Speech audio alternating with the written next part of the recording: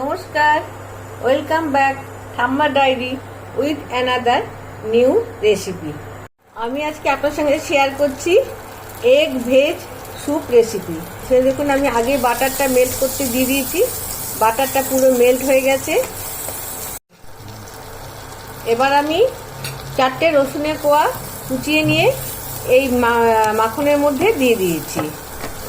এগুলো আমি একটু ভেজে নিই। রসুনগুলো একদম পুরোপুরি ব্রাউন করব না, কিন্তু একটু যেন রসুনের কাঁচা গন্ধটা চলে যায়। এবার আমি দিয়ে দিচ্ছি এর মধ্যে 2টো বিনস কুচি করে কাটা।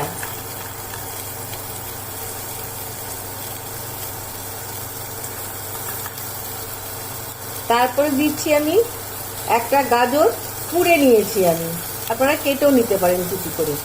এবার আমি এগুলো সবকে একটু হালকা হাতে সতে করে নিচ্ছি।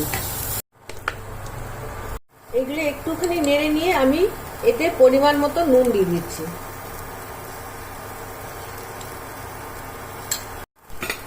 এটা তো স্যুপ হচ্ছে, সেই জন্য আমি এগুলোকে বেশি ভাজবো না। এবার দিয়ে দিলাম পরিমাণ মতো জল। আমি ঢাকা দিয়ে দিচ্ছি ফুটে ওঠার জন্য। এবার দেখুন স্যুপে সব সেদ্ধ হয়ে গেছে ভেজিটেবলগুলো।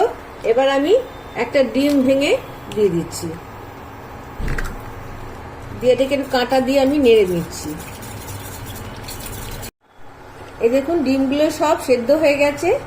আমি এই সময়তে ওপর থেকে একটু গোলমরিচ গুঁড়ো দিয়ে দিচ্ছি।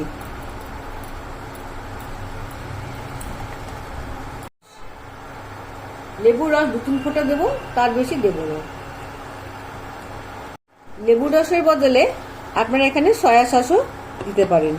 গ্যাসটা অফ করে দিলাম, ঢাকা দিয়ে দিলাম। স্ট্যান্ডিং টাইমে রাখবো 5 মিনিট। ফিরে আসছি এরপর। তৈরি আমার এগ ভেজি স্যুপ।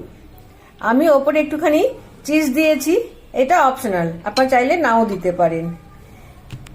যদি আপনাদের আমার এই রান্নাটি কোথাও একটু ভালো লেগে থাকে তাহলে প্লিজ একটা লাইক করবেন। আপনাদের একটা লাইক আমার কিন্তু কাজে অনেক বেশি উৎসাহ দেয়। আর যদি আরেকটু ভালো লেগে থাকে তাহলে প্লিজ একটু শেয়ার করে দেবেন। অনেক ধন্যবাদ আপনাদেরকে আমার সঙ্গে থাকার জন্য।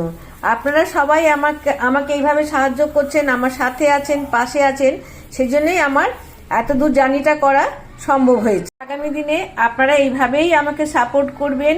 সাবস্ক্রাইব করে পাশে রাখা বেল আইকনটিকে প্রেস করে দেবেন। যারা অলরেডি আগে সাবস্ক্রাইব করেছেন তাদেরকে বলছি না, নতুন বন্ধুদের উদ্দেশ্যে বলছি, প্লিজ একটা সাবস্ক্রাইব করে দিন আর পাশে রাখার বেল আইকনটিকে প্রেস করে দিন। আমি কোন এরকম নতুন রেসিপি আনবো সবার আগে আপনার কাছে নোটিফিকেশনটি চলে যাবে। দেখা হচ্ছে আগামী কোনো রেসিপিতে। ততক্ষণ আপনারা ভালো থাকুন, সুস্থ থাকুন। টাটা।